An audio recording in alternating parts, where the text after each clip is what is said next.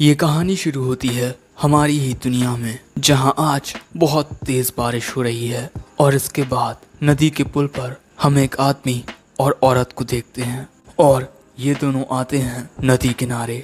और ये आदमी है हमारा मेन कैरेक्टर डाजाई और ये लड़की उसकी स्टूडेंट है और ये दोनों ही नदी में कूदकर अपनी जान देने के लिए आए हैं।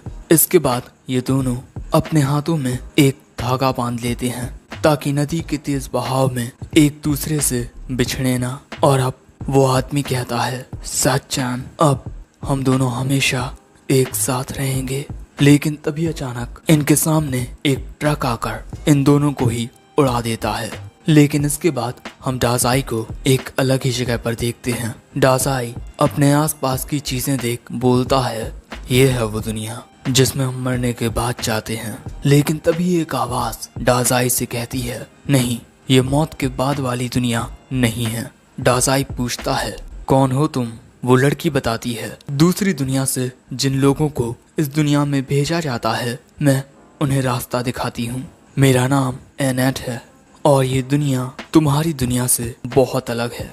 और तभी डाजाई के सामने से एक ड्रैगन गुजरता है। इस दुनिया का नाम ज़ाउबरबर्ग है और ये अंधकार से घिरी हुई है, इसीलिए तुम्हें इस दुनिया में बुलाया गया है ताकि तुम एक हीरो बनकर इस दुनिया में एक नई रोशनी लाओ। ये बात सुन डाजाई पूछता है, तो ये एक दूसरी दुनिया है जिसमें मैं मरने के बाद आया हूँ।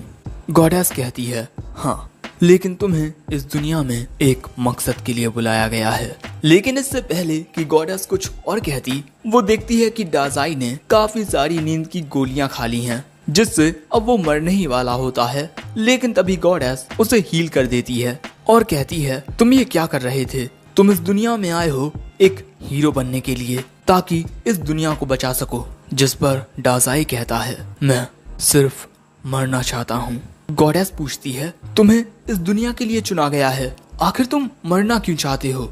हाँ, किसने कहा था कि मुझे चुनो? याद करो, तुम्हें एक ट्रक ने टक्कर मारी थी। वो ट्रक कोई मामूली ट्रक नहीं था, बल्कि एक ऐसा ट्रक था जो उस दुनिया में लोगों को चुनता है इस दुनिया में भेजने के लिए। जो लोग अपनी जिंदगी से बिल्कुल भी खुश नहीं होते, वो ट्रक उन्हें टक्कर मारकर इस दुनिया में भेज देता है ताकि वो एक नई शुरुआत कर सकें। अगर उस ट्रक ने तुम्हें टक्कर मारी थी तो इसका मतलब तुम अपनी जिंदगी से बिल्कुल भी खुश नहीं थे। लेकिन इस दुनिया में आकर तुम्हें एक नया मौका मिला है, यहाँ तुम एक नई जिंदगी की शुरुआत कर सकते हो। लेकिन तभी डाजाई एनेट के पास आकर कहता है, मेरी जिंदगी के होने वाले सबसे हसीन लम्हे को उस ट्रक ने बर्बाद कर दिया। आखिर तुम ये तय करने वाली कौन होती हो कि कोई अपनी जिंदगी से खुश था या नहीं? ये बात सुन एनेट सोचती है, यह अपनी जिंदगी से इतना दुखी था कि इसने सुसाइड करने की कोशिश की, लेकिन फिर भी ये ऐसी बातें कर रहा है। शायद अपने स्टेट्स देखने के बाद ये अपना इरादा बदल ले, क्योंकि उस दुनिया से इस दुनिया में आने वाले हर एक इंसान के पास सुपर ह्यूमन पावर्स होती ही हैं। लेकिन डाजाई बहुत कमजोर होता है और एनेटे के उसे हील करने के बाद भी डाजाई इस वक्त पॉइजन्ड है और गॉडेस को ये समझ नहीं आता कि आखिर ये इतना कमजोर कैसे है। इसीलिए वो चेक करती है कि कहीं डाजाई में कोई स्पेशल स्किल तो नहीं है। लेकिन उसके पास कोई स्किल नहीं होती और उसके सारे स्टैट्स भी सिर्फ 1 होते हैं। मैंने आज से पहले इतना कमजोर दूसरी दुनिया वाला नहीं देखा। लेकिन इसके बाद डाजाई खांसते हुए वहाँ से जाने लगता है। लेकिन तभी गॉडेस उसे रोकती है, शायद से तुमने बिल्कुल सही कहा है, तुम इस दुनिया में एक गलती से लाए गए हो और इस दुनिया में रहना तुम्हारे लिए खतरनाक है। ये बात सुन डाजाई कहता है, अब की ना तुमने मेरी पसंद वाली बात, मैं चाहे जिस भी दुनिया में रहूं, मैं हमेशा एक नाकाम आदमी ही रहूंगा। एनेट कहती है कि इस वक्त तुम्हें यहीं रहना चाहिए, क्योंकि जैसी तुम्हारी हालत है, तुम बाहर ज्यादा देर तक जिंदा नहीं रहोगे, कोई ना कोई मॉन्स्टर तुम्हें मार देगा। जिस पर डाजाई वहां से जाते हुए कहता है, मैं बस मरना चाहता हूँ। और अब डाजाई को देख एनेट कहती है, ये आदमी कितना अलग है। मेरा काम शुरुआत से ही दूसरी दुनिया से आने वाले लोगों को ये बताना रहा है कि वो इस दुनिया में क्यों आए हैं। और शुरू में मुझे इस काम से बहुत खुशी मिलती थी, लेकिन धीरे धीरे मुझे मेरी ये जिंदगी कांटों की तरह चुभने लगी और मैं बस किसी बेजान सी गुड़िया की तरह दूसरी दुनिया से आने वाले लोगों को उनका रास्ता बताने लगी। लेकिन अब ऐसा नहीं है। और इसके बाद वो जाते हुए डाजाई को रोकते हुए कहती है, कम से कम अपने लिए कोई प्रोफेशन ही चुनते जाओ। ये बात सुन डाजाई कहता है, प्रोफेशन? मैं एक पैदाइशी लेखक हूँ और यही मेरा काम है। अलविदा खूबसूरत लड़की। और ऐसे ही डाजाई वहाँ से चला जाता है। लेकिन उसके जाने के बाद एनेट कहती है, मैं समझ गई, मैं अब तक इसी आदमी के आने का इंतजार कर रही थी। एनेट को डाजाई से प्यार हो गया है। उस जगह से बाहर आने के बाद डाजाई अपने जाने के लिए रास्ता देखने लगता है, वही नींद की गोलियां खाते हुए। और ऐसा करने से उसे एक आवाज कहती है, आपको 5 एक्सपीरियंस पॉइंट्स मिले हैं। जो सुन डाजाई कहता है, आखिर मेरे दिमाग में ये कैसी आवाज आ रही है। और डाजाई यहाँ लेवल 2 पर आ जाता है। और तभी अचानक डाजाई को किसी के चिल्लाने की आवाज आती है। वो देखता है कि एक बहुत ही बड़ा ट्री मॉन्स्टर एक कैट गर्ल को पकड़े हुए हैं। और वो लड़की डाजाई से कहती है, क्या तुम मेरी मदद कर सकते हो प्लीज, वरना मैं मारी जाऊंगी। लेकिन डाजाई उस लड़की को बस घूरे जा रहा था। आज मैं कुछ ज्यादा ही अजीब सी दिखने वाली खूबसूरत लड़कियों से मिल रहा हूँ। वो लड़की कहती है, मुझे घूरना बंद करो और मेरी मदद करो।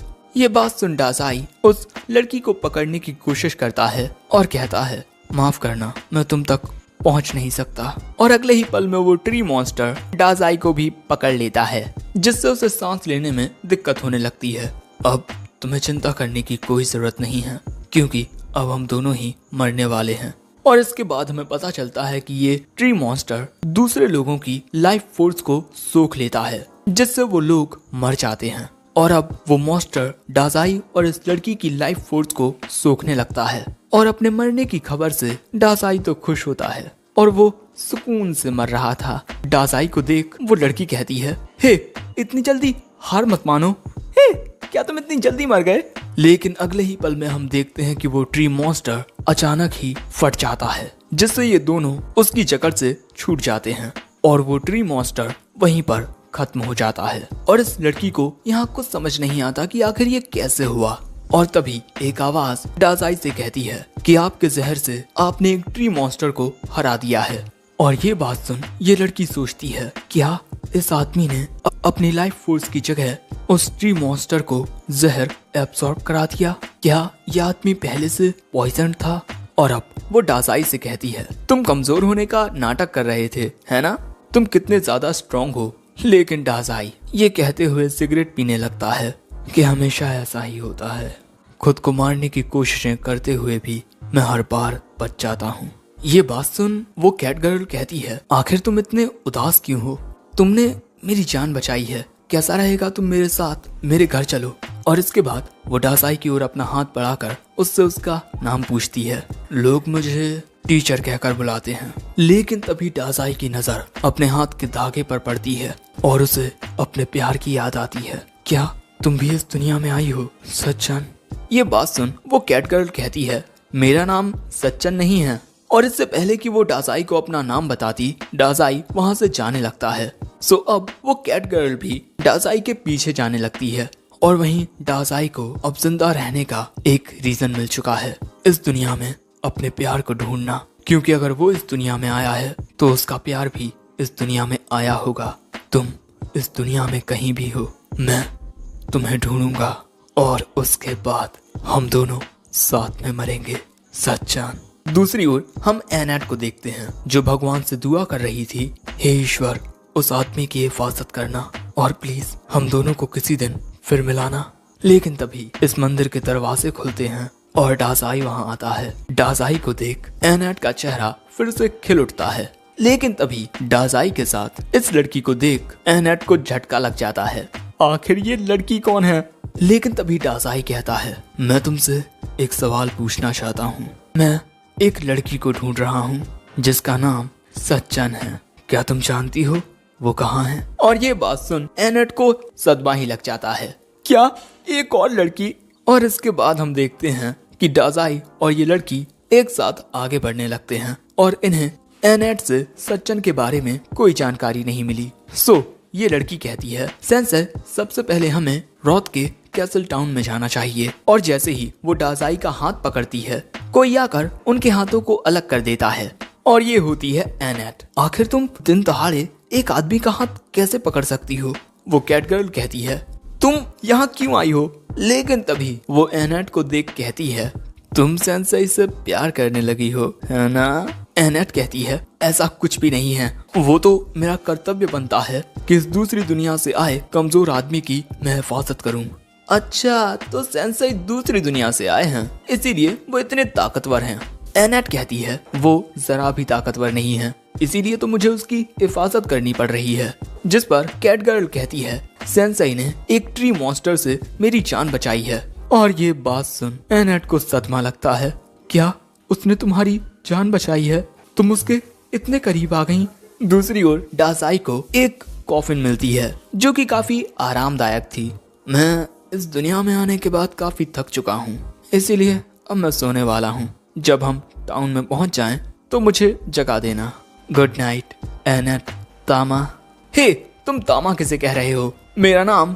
लेकिन उसके नाम बोलने से पहले ही डाजाई कब्र बंद कर देता है और यहाँ एनेट कहती है, उसने मेरा नाम सही से लिया। और इसके बाद हम देखते हैं कि एनेट डाजाई वाली कॉफिन को खींचकर ले जाने लगती है, लेकिन तभी वो रस्सी टूट जाती है।